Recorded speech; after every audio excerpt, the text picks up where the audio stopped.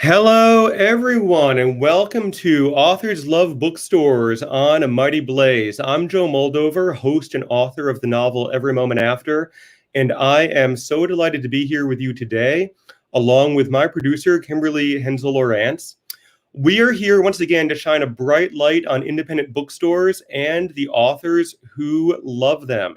And today, I could not be more happy to be joined by New York Times best-selling, award-winning author, Laurie Frankel. Laurie, hello. Hello. Thank you so much for having me, and thank you so much for doing this. I am delighted to be doing it. Thank you for being here. I'm just going to do a quick bio for anybody who might not be familiar. Laurie Frankel is the New York Times best-selling, award-winning author of 4 novels, most recently this one, 1, 2, 3.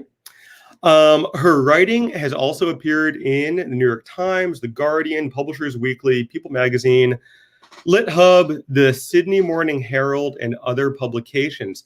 She is the recipient of the Washington State Book Award and the Endeavor Award, and her novels have been translated into more than 25 languages, as well as being optioned for film and TV. A former college professor, she now writes full-time in Seattle, Washington, where she lives with her family and makes good soup. We'll have to get into that at some point. Laurie, great to see you. Laurie has selected her local independent bookstore, Queen Anne Book Company, as her beloved local indie, and we hope to have Queen Anne live any moment if we can get the tech running and get the internet to talk to itself. But until that time, Laurie, I would love to just sort of start off by talking with you a little bit about Queen Anne. You selected Queen Anne Book Company as your indie of choice.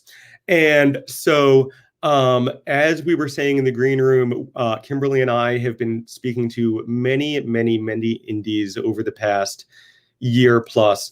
Tell the audience, what is it that makes Queen Anne different and special? Yes. Oh, I would love to. I mean, the short answer is the people who work there are amazing.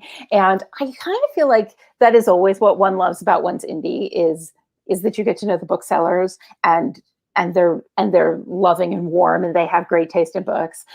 Queen Anne Books is a smallish bookstore, which means they've done a lot of culling. They've gotten rid of a lot of books that I wouldn't like to read and replaced them with books that I do want to read. And that's what you want an independent bookstore for, is to have made some choices, to have really good taste. I also want to say they're a pillar of the community. They are about a mile up the hill from me. They're in the middle of the main avenue on Queen Anne. So that you can go to the farmer's market and then also stop by and pick up what you need at the drugstore, and then also stop and get a coffee somewhere, and then go get some books, and then go out to dinner, all in the same block. And who doesn't want that? And the other thing I want to say about them is that just as soon as this pandemic hit, and just as soon as they had to close their doors, not only did they offer you the ability to order books online, they also would deliver them to you if you lived in the neighborhood. And so you could order books, and they would walk them to your house as an option, in addition to curbside pickup and in addition to delivery. And that's really, really what you want is a true neighborhood bookstore. Yeah, that's great. I love that. I know that they're sort of more broadly involved in the community in things like book club. I know that they're involved in some altruistic activities in terms of supporting local schools and things like that. So, I mean, it really seems like they are everything that an indie bookstore should be, and everything that large online book retailers are not. So that is wonderful. And one thing that we'll get into a little bit, that we would be remiss if we don't talk about 1, 2, 3. But I know that you are doing some book touring around your new book. Tell us a little bit about that. Are you entirely virtual? Are you getting out there in person? What's going on with that? Yeah, it is a 10-city tour, and it is all virtual. It is all just like this, which is one of the really wonderful things about it. I mean, the wonderful thing about book tours always that you get to meet lots of people, you get to meet lots of readers, you get to talk to lots of booksellers. I have been able to talk to lots of booksellers, which has been great in this way. And as you say, in the green room, you have these wonderful conversations before anything gets started, less so the readers. And so that's certainly the bummer of the online book tour, but it means that so many more people can come and it's so much more convenient to people's lives. And the other thing is we have made a great effort on my book tour to make sure that there is CART transcription, so live closed captioning. And often we have been able to have ASL interpretation. And that means that, that these events are accessible in a way that actually going to the bookstore isn't always or isn't necessarily. And we're able to therefore have transcripts that I can post online so that you can have access to them afterwards if you were not able to come or not able to access it, the night of. And all of that is it's just a really wonderful opportunity, I think. So, pros and cons. I haven't had to wear shoes, so that's been really nice. I feel like I usually spend a lot of time stressing about shoes for a book tour. So while I have certainly missed getting to actually meet people, there are some really nice things about doing a virtual book tour. The point that you make about accessibility is actually really fascinating. And nobody in all of the shows we've done, I think, has mentioned that up until this point. But it's a great point that with the virtual events, it's the physical access, but it's also the ESL and the sign accessibility. And that's really a fabulous, fabulous point. I hadn't really thought about that. It is. It's really important. And it opens up book events to people who maybe weren't going to book events before, which is what everyone wants. Either because you are a person who is, say, deaf and needs ASL interpretation, or because you can't turn up your volume loud enough because your kid is going to remote school in the dining room, or because you can't get out of your house at 7 o'clock at night because the person you share childcare duties isn't home from work yet, or infinity reasons why it is difficult to show up actually at a bookstore at 7 o'clock at night. This accessibility stuff is real, and I hope we are just at the tip of the iceberg of it. Yeah, no, I think that's a wonderful point. My kids are probably why I did go to live book events, honestly. They would be like 7 o'clock at night, and I'd be like, I'm sorry, Richard Russo is over at Porter Square. I have to go. I can't do bedtime. But you make a good point. I love talking about events. I mean, I will say, as important as what you're saying is, I also really do just miss live events. I miss just sort of the weird chemistry of a bunch of readers and writers and booksellers all getting together in a room, oftentimes with some alcohol and just sort of strange things happening. One of the things I usually ask the bookseller, and I will ask if we're able to connect with Queen Anne, but I'm going to ask you, is sort of about memories of live book events, and if there are things that stick in your mind, either when you were doing events or when you were in the audience for an event, as an especially memorable, either wonderful or terrible or funny live literary event from the before times. I'm sorry, I lost you right at the end there. From the before times? Is that what you from said? the before times. Yeah. Gosh, I mean, in fact, there are so many. One of the things that I think is really nice is that communities of writers get together at book events, so that you have, so that writers take that opportunity to see each other and to talk to one another. I find that events are so celebratory. They're such a celebration of, I guess of books coming out and of books in general. And if you live someplace like I do, where there are lots of writers, then those moments become these opportunities to celebrate the accomplishments of any given author, but also to have these conversations with friends where where you're talking about writing and you're talking about reading and you're recommending books to each other. And indeed, you've probably been out for drinks beforehand and you go out afterwards, for dinner or something and continue these conversations. And there's nothing better than that. a few years ago, I interviewed on stage for their book release Hillary Clinton and Chelsea Clinton. And Oh. though I was so nervous, I almost could not stay upright. That was definitely a before time book tour highlight for me. And that was their tour, not my tour. I had the easy part. How was that? Once that conversation started, was it just kind of like a normal conversation, or did you just like never habituate to that experience? It was a little out of body for me. I was very, very, we did it at Seattle University. It was a ballroom of kind of like 1,000-ish people, which was probably a small venue for them, and was certainly by far the largest audience I have ever spoken to. And I was understandably awed and nervous myself. They were, of course, very chill. And yes, is the simple answer to your question. Once we got started talking, they wrote a book. I asked them questions about the book. We talked about the writing process, and we talked about the content of the book, and we talked about, I think that book interviews are always like a third about the content, a third about the craft, and a third about other stuff about you. And in their case, the other stuff about you portion was somewhat more interesting than say mine is. Right. It was an honor, truly. Yeah. Oh, that's amazing. That's great. A couple of audience questions. It boils down to your book and the soup. So I guess we'll just get the soup out of the way. So it's a literary program, but we can talk about soup. It's fine. The question, I think, is what is your favorite soup? Just double check. Yeah. What's your favorite soup, Laurie? You know what? And I can actually make the answer to this question literary as well. That's talent. It is truly. I think, so the soup I make most often is lentil, in part because it's easy to store lentils, and it's what I'm likely to have on hand the ingredients for. I make it probably every other week in the winter time, and then I alternate it. So I make a pot of soup a week-ish. Sometimes two. It rains a lot in Seattle. You need a lot of soup, but usually I make one a week, and every other week it's lentil, and then I alternate it with all of the other soups.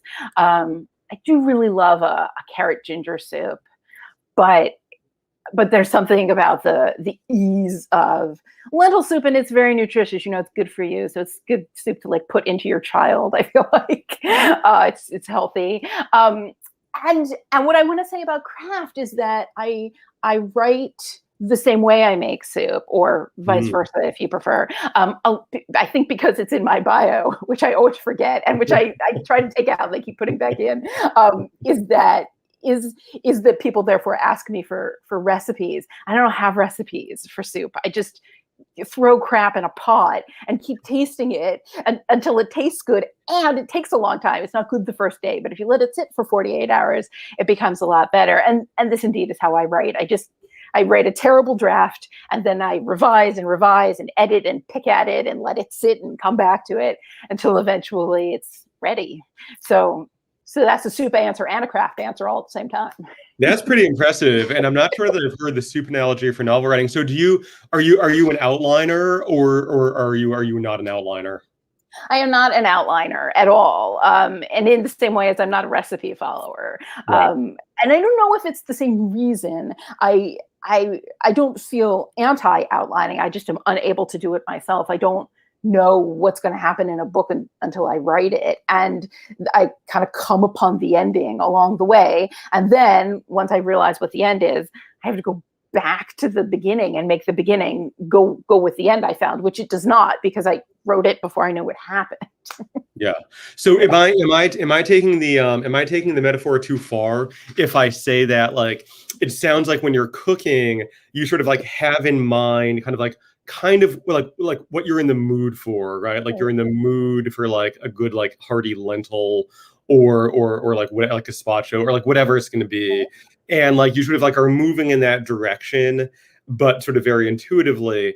And would it be fair to say that when you're writing, you sort of like have a sense of like what the feeling is of the book, what's the feeling you want to impart to the reader, but you are sort of like feeling your way through the ingredients as you go. Is that fair, or am I taking it too far? No, that's exactly what it is. It is a sense of intuition, and Yeah. then eventually you have a draft, which I feel like is okay. I've put all the things in the pot, and then I taste it, and I think, okay, that needs more of the following 17 ingredients, and then I put them in, and then those ingredients, like, okay, that's better, but that actually made me realize it needs to be brighter. So then I've got to add lemon juice, and then that actually makes me realize, you know what, I need actually just a little bit more salt, and I feel like that's what it is like. I get to the end of the draft, and then I know a little bit more of what it needs, and then as it starts to take shape, it fine tunes, and you get narrower and narrower edits. So at the beginning, I'm cutting whole chapters, whole characters, but as I go along, eventually you get to line edits, just not at the beginning. Right. If you add salt at the beginning, then your soup is going to be too salty. Right. That actually works remarkably well as a metaphor. So, that's great. Plus, there you go, internet. Laurie Frankel recommends a nice lentil soup for your cold, damp Seattle weather. Okay, so that's great. And then, so I was lucky enough to get an arc of 1, 2, 3, which is a wonderful book. But I think most people will not have had the opportunity at this point, if they're with us live, to have read 1, 2, 3. So I wonder, Laura, if you will just give us the elevator pitch, if you want to tell us a little bit about what this book is about. Yeah, for sure. So the elevator pitch is, it is about a very small town with a very dark past, which proves not to be so past after all. Good elevator pitch, right? That's good. It took me a long time. Same reason. At the beginning, you can't elevator pitch it because you know what the book is about. Right. It is narrated in turns, like in a waltz, which is where the title comes from. It's a 1, 2, 3 structure by triplets, teenage girls, teenage sisters, who are very different from one another.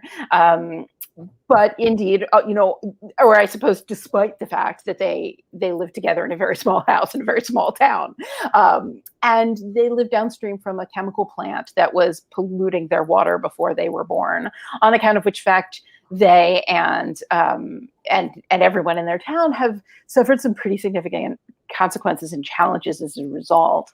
And therefore, their mother has been suing this chemical company for 17 years. And when it turns out that chemical plant is somewhat less defunct than one might ideally hope, they have to take measures into their own hands. They have to figure out how to take on their mother's battle in their own way. That's great. That is a very good elevator pitch. Thank you. Did you find it difficult to do the multiple point of view? Did you find that sort of from a writing point of view? Was that challenging? Yes. And sort of like how did you deal with that? How did you sort of maintain that? Yeah, it was really hard because first of all, in the beginning, they all sounded like me, Right. and I used to be a 16-year-old girl, but I'm not anymore. It's been a while, and I wasn't any of these girls. They're all three of them. All three of them have things in common with me, but they're all also very different from me. And importantly, very different from one another. So first they had to stop sounding like me, but then they had to get really distinct.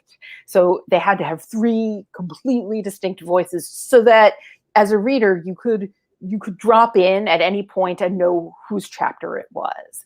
That was really important to me. And they narrate in the first person and they narrate in the present tense. And both of those things are really appropriate for teenage girls, but neither is my inclination as a writer. I am, in whatever ways, inclined to a pretty close third person past tense. And I think I thought at the beginning, like, they're teenage girls. They're teenagers lead with the I, and they have a lot of sense of the present and less the sense of the past or the future. So it was important to me that they do that, but they had to be wrestled into submission in order to do so. They were unruly, which is appropriate for teenage girls, but it was definitely hard. You make actually a really interesting point there, that sort of the adolescent perspective kind of pulls for the first person present tense. Yeah. And I think that that is true. And I think you're sort of getting at something sort of psychological there about the mind of an adolescent being sort of very locked into a particular sort of normal developmental egocentricity, and also being very locked into like the present moment as the only thing that will ever exist, never has existed. Uh, which I think is like totally true. And I think you're right. There is a connection between like that perspective and that sort of point of view and voice. Yeah, yeah. There's certainly other possibilities. There were other ways I could have gone, but because the structure is so much a part of the novel and the point I was making, the ties that bind these girls, and yet the ways in which they're very different. They navigate the world very differently from one another, and so I wanted to make sure that we could see all of those things, and letting them speak for themselves seemed like the best way to do that, even though, like, basically I was overruled.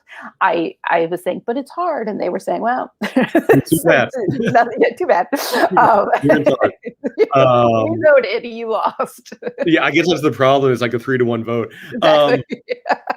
Exactly. One question. Actually, this is a little bit of a detour, but I'm going to go ahead and take it because I think it's interesting.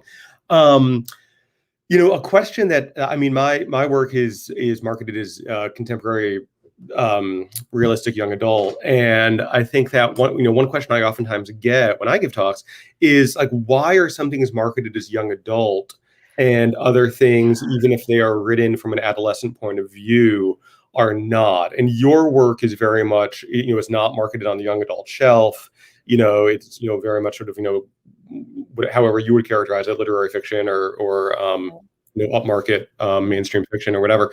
What are your thoughts about that? Why are some things marketed that way and others not? Yeah, in fact, I would like to know what your answer to that question is. I mean, among other things, because I imagine you have a lot more practice or a lot more experience knowing the answer to that. Because I mean, I could speculate, but honestly, I have no idea. And I think that some of the answer is because I write adult, like by definition, I write adult fiction. Therefore, right. What I write is adult fiction. I think is some of the answer to that. This is not my first novel. Yeah. I think that there are a lot of heavy themes in this book. There is a lot of cursing in this book. There is some sex. It's pretty long, but I certainly can think of, and I guess the vocabulary is fairly advanced from a character perspective. That is, like, one of the characters is studying for the SATs, and so she's very concerned with vocabulary words, and one of them is meant to be a genius, and so she also speaks very, highly, I guess. None of that, it seems to me, rules out YA per se. You tell me. Well, I guess my take on it is that there are books that are written from an adolescent point of view that are basically inviting the reader to come back to the world of adolescence. And so to me, sort of like when I read like John Green, for example, John Green's, they use profanity, they have sex, they deal with, very heavy topics like cancer and stuff like that. Yeah. But I sort of feel like when you read John Green is saying to me as an adult reader, like, come back to the world of adolescence, to the world of high school, to the world of first love, to the world of, all of that stuff. Whereas, when I read something like I think like this, or, to pick a classic, Catcher in the Rye, you have a young voice or young voices where those characters are entering the world of adults and giving us their perspective. Yes. And so, I think like Holden Caulfield, for example, is like going out into the world of adults and saying, like, this is how it looks to me. Yeah. It's super fake. Yeah. And, which is like why we love him. Mm-hmm. And, I think in your book, you tell me if you think I'm right, but I think your book is less about, hey, let's go back to being high schoolers, and more about these adolescents talking to us about the adult world, the world of these adult issues and things like that. I mean, do you think that's right, or do you disagree? I do. I think that's exactly right. I think that's exactly what it is. And it is a more fanciful take on, fanciful is the wrong word. I don't think it's necessarily realism on the high school front. As you're saying, it is not like, let me take you back to how you felt when you were there. Their town is really very different than most people's is. And so it isn't doing that. It is doing a different thing. And I think you're exactly right. In fact, there are many ways in which this book is about the ways in which adults have failed and indeed screwed this generation that's coming up now. And therefore it is this opportunity for the generation that's coming up now to get theirs, basically, to not just come of age, but become empowered and figure out how to fight the system that we have put into place. And therefore there are lots of ways in which we, adults loosely, are indeed the audience here. Yeah, that's right. Exactly.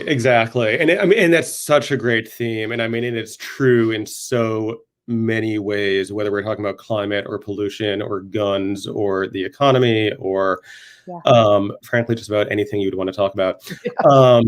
I want to remind the audience, whether you're with us live or whether you're viewing us in Futureland, to go to lauriefrankel.net and also to check out 123, as well as Laurie's other books. And although we're not able to have them on air live with us now for technical reasons, if you do want to pick up a copy, the place to go would be Queen Anne Book Company at qabookco.com, where you can purchase Laurie's books online and have them sent to you. And I'll sign them. And you can get signed copies, and that is clearly the way that you need to do it. Rather than going to any other online retailers that one could name.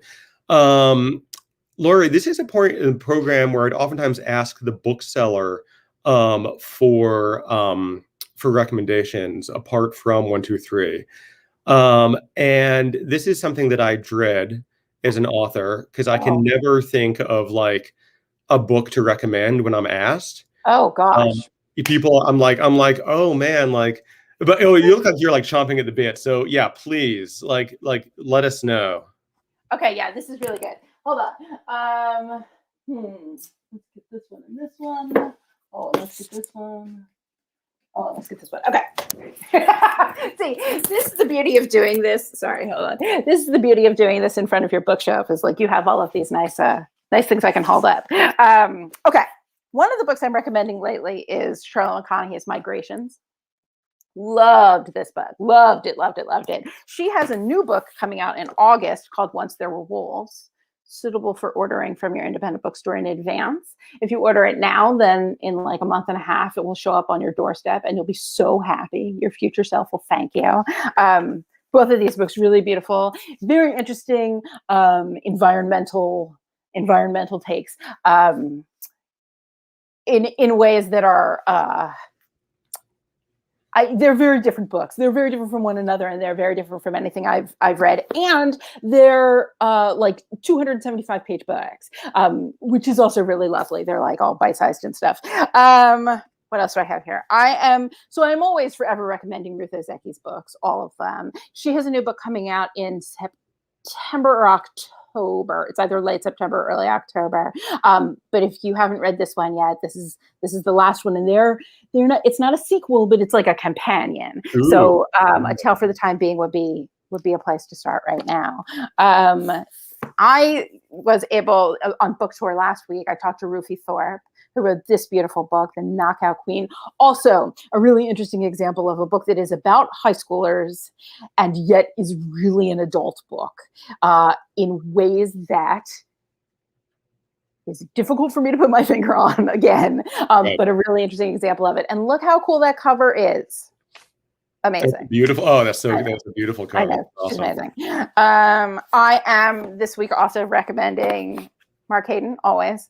The Porpoise. Loved this book. I was having a little exchange on Instagram with Mark Haddon this week, and I was recommending.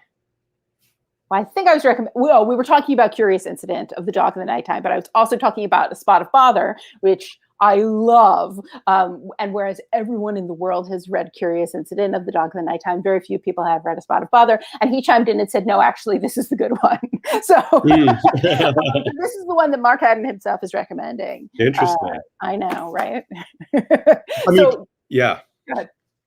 No, Curious Incident of the Dog in the Nighttime is interesting just in terms of our conversation, because I mean, that's a book that was marketed both as YA and as sort of, whatever, adult fiction. And I mean, that's a book that really does sort of walk that boundary very, very well. So that's super interesting. It does. It does. And that is a book that, I mean, I think it's taught all the time in high school. I used to teach it when I used to teach college, but I also teach it when I teach adults how to write a novel, because it is meticulously put together. And it's, and it is really broadly appealing. I mean, I think too, when I was a YA, when I used to be a young adult, I was reading adult fiction. And so that it should be that that line is kind of fuzzy in the same way that, what it is, that the right book at the right time for the right person is always kind of fuzzy, which is why you need an independent bookseller, somebody who is not an algorithm, who can listen to, you can say, here's what I like and here's what I'm in the mood for, and they're going to put a book in your hand that you never would have come to otherwise. It is the perfect book for you. That's a great tie into the purpose of the program. Great, you were really good at this, because you can tie like back into the bookstores. You can bring the soup around to craft. I mean, you're sort of like a book talk ninja. That's very, very impressive. Yes, I mean that is what's great about independent bookstores, is that you walk in and they hand sell to you and sort of tailor things to your interests, or they sort of take one book that you love and sort of tie it in over here to to something else that you love. Those are great recommendations. Yeah, Tale for the Time Being is one of my all-time favorites. And I'm happy to hear that about the Mark Haddon book. That's very interesting. Curious Incident is one of my all-time favorites. And so I mean, in my day job, I'm a clinical psychologist and do a lot of work with people with autism. And so I've given talks on that book from the point of view of both the craft of the writing and also the depiction of the psychology of autism. So it's just a wonderful, wonderful book. That's I believe, I don't swear to this, but I believe the protagonist of Ruth Ozeki's new book that's coming out is on the spectrum. Oh, interesting. I think. Very interesting. Oh, that's definitely something to look forward to. You have just released a new book, so I'm going to ask you something, and it's probably going to make your head explode. You're probably going to want to sort of crawl through the tubes of the internet and punch me in the nose. I can't wait. So the question is, what are you working on now? What's next? No, that's actually an easy question. I'm writing the next book. I'm always writing the next book. I mean, as you know, production is long. They wrest this thing out of my hand at some point, and then a year and a half passes before it hits your independent bookstores. So it's good for my brain to be working during that time. And it is also necessary because I do not outline, because I'm just throwing stuff into a pot until it tastes good. My first drafts are not good. And my next dozen drafts are not good yet. And it takes me a really long time to revise until the book is in decent shape, and therefore it is good for me to start that process early. Yeah. And just for my sanity, I am a novelist by like disposition. I like to make things up. It keeps me sane. I think if I have to, the real world is especially the past year or so, it has been a frightening and difficult place. And if all I did was think about real things and read a newspaper every morning and try to figure out what I was going to do about that, without the power to make things up, I do not know that I could stay sane through that. So it's very healthy for me to be working on the next novel. And indeed, I am doing so. It certainly has been going somewhat less productively than one might ideally hope, because my kid has not yet returned to school, where now she's not even doing remote schooling. It's summer. Just got out. So that has certainly put a dent in the progress of my next novel. But I have high hopes for September. That's great. That's wonderful. And you are on tour right now. We will put into the feed the link to your events so people can. I think you were recently in our neck of the woods at Brookline Booksmith, if I'm remembering that. That's right. I did Brookline Booksmith last week, maybe the week before, and Yep. tonight I am at Belmont Books, which I Oh, think you is are? also in your neck of the woods. Oh, fabulous. And that is Kimberly's favorite indie bookstore. So She that'll make her told very, me. very, very happy. So absolutely. So there is no shortage of places for viewers to pick up a copy of 123. We are here today to support Queen Anne Books in Seattle, Washington, qabookco.com. But also head over to Belmont Books virtually to catch Laurie tonight talking about 123, and they will probably have some copies as well. They will, yes, also signed. Signed copies, also signed copies. So that is fabulous.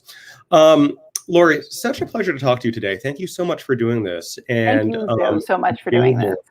And I'm sorry that we couldn't get Queen Anne Book Company live on the line.